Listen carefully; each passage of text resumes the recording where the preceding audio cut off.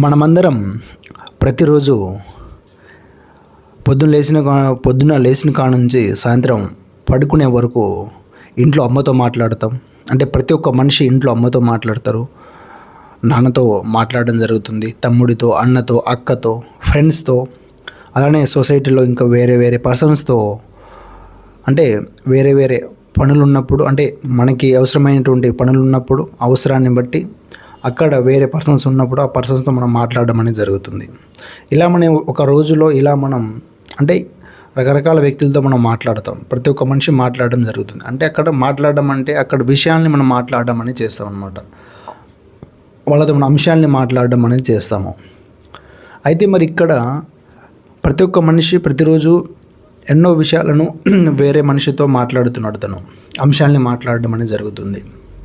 మరి ఇక్కడ మనం మాట్లాడుతున్నటువంటి విషయము మరియు అంశము అనేది అసలు ఏమిటి, అంటే మన విషయం అని మనం దేన్ని అంటున్నాము, అంశం అని మనం దేన్ని అంటున్నాము అనేది మనకి తెలిసే అర్థమయ్యే మనం దీన్ని మనం వాడుతున్నామా లేక అలానే మనం ఉంటున్నామా, అంటే అలానే తెలియకుండానే మనం వాడేస్తున్నామా అనేది ఒక్కసారి ప్రతి ఒక్క వ్యక్తిగతము ప్రతి ఒక్క మనిషి ఒకసారి చూసి అర్థం చేసుకోవాలి, తెలుసుకోవాలి. ఎందుకంటే మనకు అది తెలియకుండా మనం వాడుతున్నప్పుడు మనలో ఒక కన్ఫ్యూజన్, మనలో ఒక గందరగోళం అనేది ఉంటుంది. అదే మనం తెలిసి అర్థవంతంగా అంటే తెలిసినప్పుడు, అర్థమైనప్పుడు మనం దాన్ని వాడితే అక్కడ ఆ స్పష్టత అనేది, ఆ క్లారిటీ అనేది అక్కడ ఉంటుంది. కాబట్టి అక్కడ మనం క్లియర్గా ఏదైనా మనం చెప్పగలం.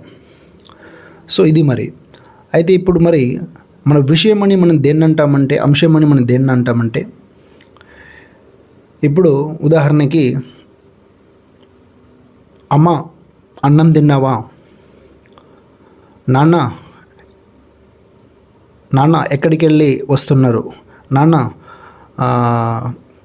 ఇందాక ఎవరో ఫోన్ చేశారు మీకు అనేది ఇప్పుడు నేను చెప్పాను ఇక్కడ అనేది. అంటే ఇప్పుడు నేను ఇక్కడ మొదట అమ్మ అన్నం తిన్నావా అనేది ఒకటి చెప్పాను. ఆ తర్వాత నాన్న మీకు ఎవరో ఫోన్ చేశారు అనేది ఇప్పుడు ఇంకొకటి చెప్పాను. ఇలా ఇప్పుడు ఇక్కడ నేను ఒక్కొక్కటి చెప్పాను కదా. సో అంటే ఇలా ఒక్కొక్కటి చెప్పాను. ఇలా చెప్పినటువంటి ఒక్కొక్కటికి, అంటే ఇప్పుడు ఒకటి చెప్పాను నేను, ఒక్కొక్క దానిని నేను ఇక్కడ చెప్పాను. సో ఇలా మనం చెప్తుంటాం అనమాట. ఇలా మనం చెప్పేటటువంటి వాటికే, అంటే ఇప్పుడు నేను అమ్మ అన్నం తిన్నావా అనేది ఒక దాన్ని నేను చెప్పాను.